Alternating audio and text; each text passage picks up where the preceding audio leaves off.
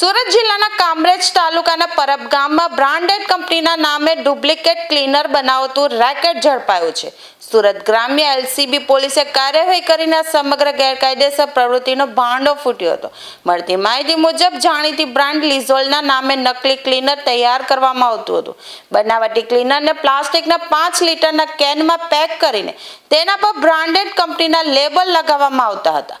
બાદમાં નકલી પ્રોડક્ટને બજારમાં અસલી પ્રોડક્ટ તરીકે ઊંચી કિંમતે વેચવામાં આવતું હતું. પોલીસે સ્થળ પરથી બનાવટી ક્લીનરનો જથ્થો તેમજ અન્ય સામગ્રી મળી કુલ અંદાજે ₹10.72 લાખનો મુદ્દામાલ કબજે કર્યો છે. માપા ફેશનના માલિક સુરતના મોનિલ સંજય ગોડિયાને ઝડપી પાડી તપાસ હાથ ધરી છે.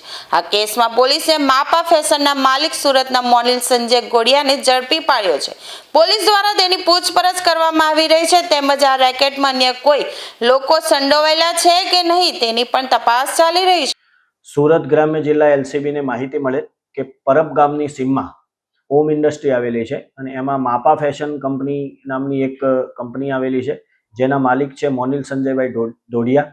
તેઓ તેમની આ ઓથોરાઇઝ કંપનીની આડમાં લાઇઝોલ કંપનીના ક્લીનર ડુપ્લિકેટ બનાવે છે. જે માહિતી આધારે એલસીબીની ટીમે એમની કંપનીમાં રેડ કરતા એમને માપા ફેશનની જે પ્રોડક્ટ હતી એ સિવાય એમના ત્યાંથી 860 નંગ લાઇઝોલ કંપનીના ક્લીનરના ભરેલા કેન, એના સ્ટીકરો તેમજ એની સાથે જે યુઝ કરવા માટે વપરાતું હતું એ કેમિકલ મળી ટોટલ 10,72,000નો મુદ્દામાલ એલસીબીએ રિકવર કરેલ છે.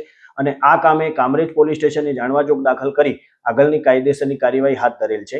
આ કંપનીના ઓથોરાઇઝ પર્સનને પણ આ બાબતે કાયદેસરની કાર્યવાહી માટે જાણ કરવામાં આવેલ છે.